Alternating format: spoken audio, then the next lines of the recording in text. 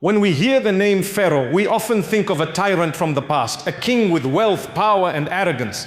But in reality, Pharaoh is more than a character in history. He is a symbol, a timeless representation of oppression, ego, fear, injustice, inner trauma, and everything that tells you you are not free. And just as Prophet Musa had to confront the real Pharaoh to fulfill his mission, you and I, in our own lives, must confront our inner Pharaohs to become who Allah created us to be. At the edge of the Red Sea, the test was not in the water or the army behind, it was in the hearts of those standing between fear and faith. Imagine the scene. Prophet Musa and Bani Israel, exhausted from escape, arrive at a dead end, an endless ocean before them, and the thunder of Pharaoh's army closing in behind. Panic erupts. The people, consumed by terror, shout, "We are surely going to be overtaken. Inna lamudrakun." Shu'ara 26 waits. This is the exact moment where most would collapse spiritually. No escape is visible, no signs of divine intervention in sight, and yet in this moment of extreme pressure, Prophet Musa doesn't waver. He replies with words that echo across time as a lesson in true tawakkul. "No, my Lord is with me. He will guide me." قَالَ كَلَّا إِنَّ مَعَيَّ رَبِّي سَيَهْدِينِي. 60. This wasn't blind optimism. It was certainty without condition. The sea had not yet parted. The miracle hadn't started. But the heart of Musa had already chosen faith over fear. It is in this suspended moment between certain doom and unseen rescue that Allah reveals His command. So we inspired Musa, strike the sea with your rescue. That Allah reveals His command. So we inspired Musa, strike the sea with your staff. فَأَوْحَيْنَا إِلَى مُوسَى أَنِ اضْرِب بِعَصَاكَ الْبَحْرَ. 6-30. And then, only then, the sea split. A path was created in a place no human eye had seen before. This is not just a miracle of nature, it is a miracle of submission. Proof that divine help is not sent to the fearful or the hesitant, but to those who act with unshakable belief. If Musa had waited for the sea to split before expressing trust, that would have been reactive belief. But because he declared certainty while still standing in front of the impossible, Allah made the impossible bow to his faith. The Red Sea wasn't just a body of water, it was a wall of hopelessness, a metaphor for every situation in our lives where we feel cornered, blocked, or defeated. Yet Allah turned oceans into bridges for those who trust Him. You may be at your own sea emotionally, financially, spiritually. Maybe you're chased by regrets, guilt, or fear, but the miracle is waiting on the other side of certainty. The voice in your heart must say, Hasbuna Allah wa ni'mal wakilu. Allah is sufficient for us and He is the best disposer of affairs. Ali Imran 3:173-70. With faith and watch it split.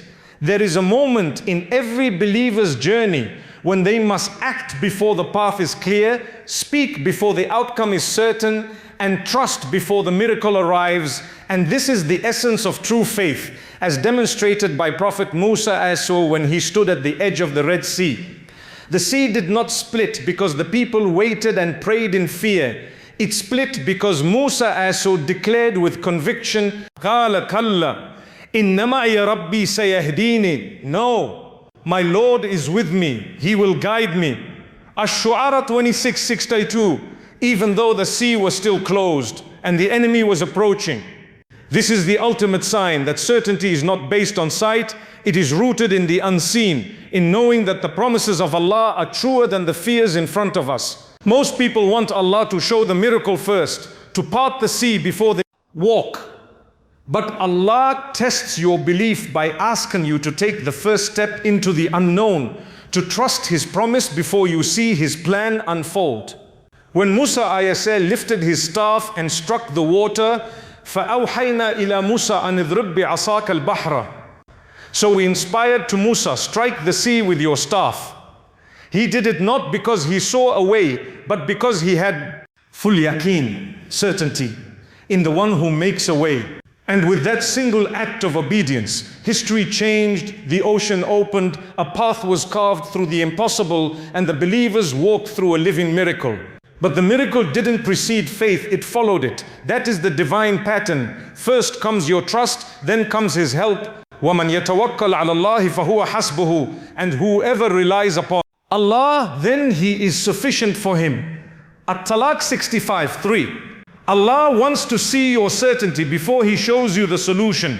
He tests your resolve before He delivers relief. So the next time you are standing before your own ocean, a challenge, a heartbreak, a moment of overwhelming confusion, don't wait for the sea to split before believing.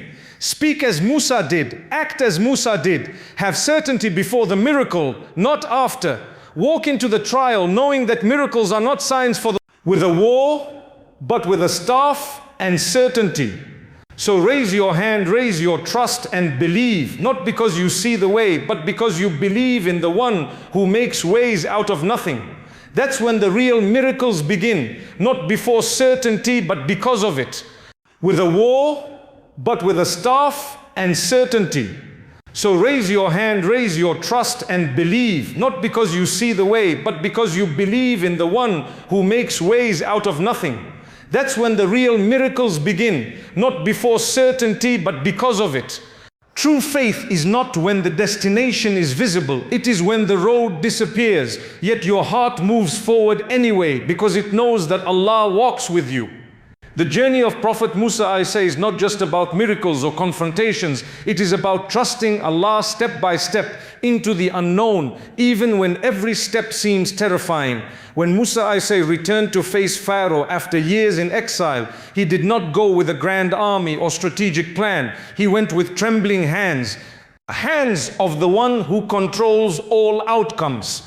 Musa walked back into the land where he was once a fugitive, knowing full well that Pharaoh wanted him dead. Yet faith is not the absence of fear, it is moving forward in spite of it, knowing that Allah is near, and so he stood before the most powerful tyrant of his time and delivered Allah's message. فَأَتِيَ فِرْعَوْنَ فَقُولَ إِنَّا رَسُولَ رَبِّ الْعَالَمِينَ. Go to the hands of the one who controls all outcomes.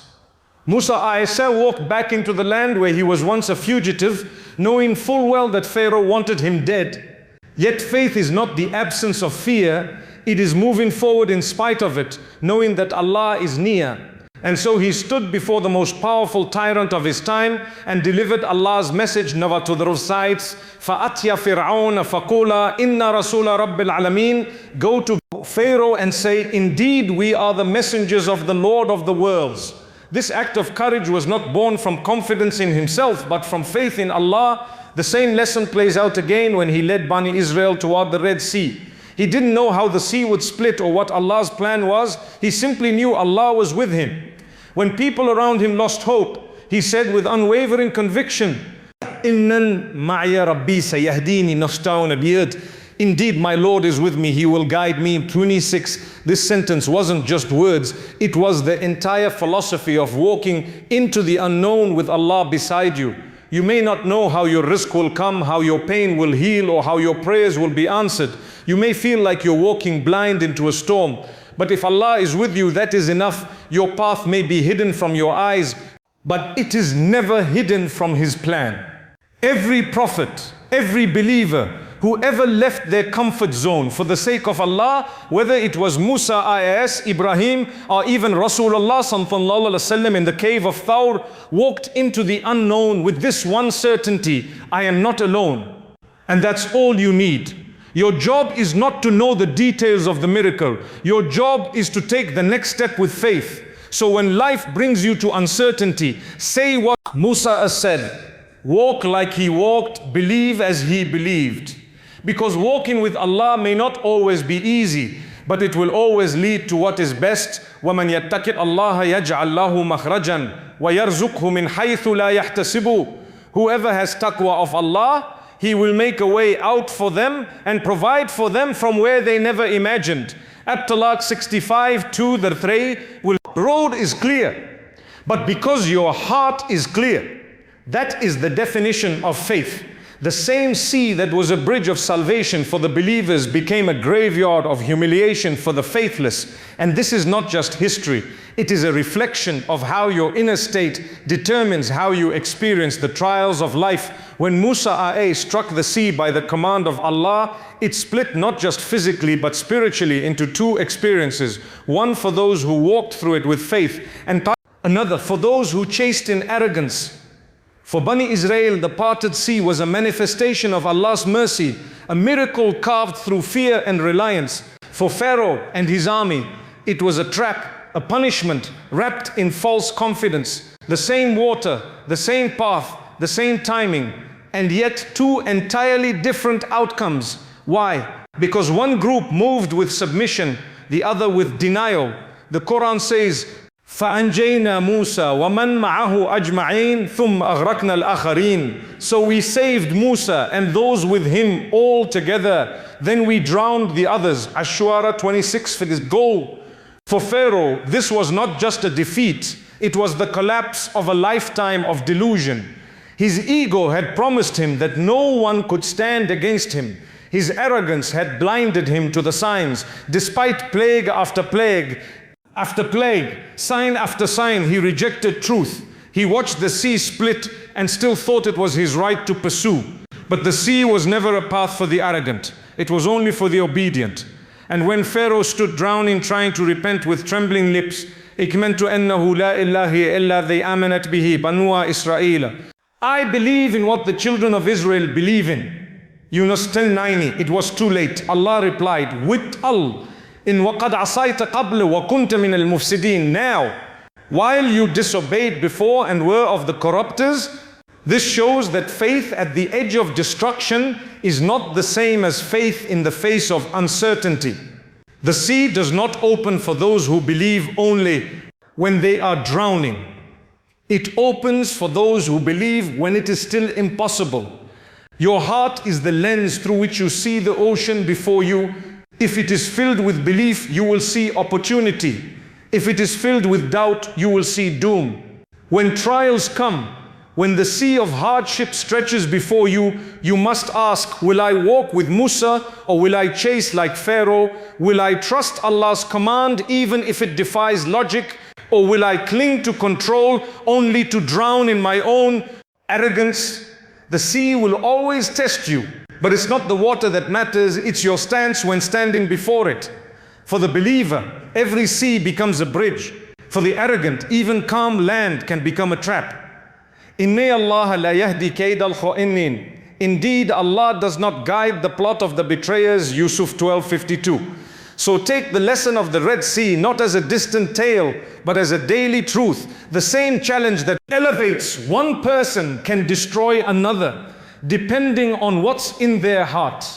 When your moment comes, when you are asked to walk through something that feels impossible, walk not because you are certain of the path, but because you are certain of the one who parts seas for the sincere. That certainty transforms oceans into roads. That belief redefines reality.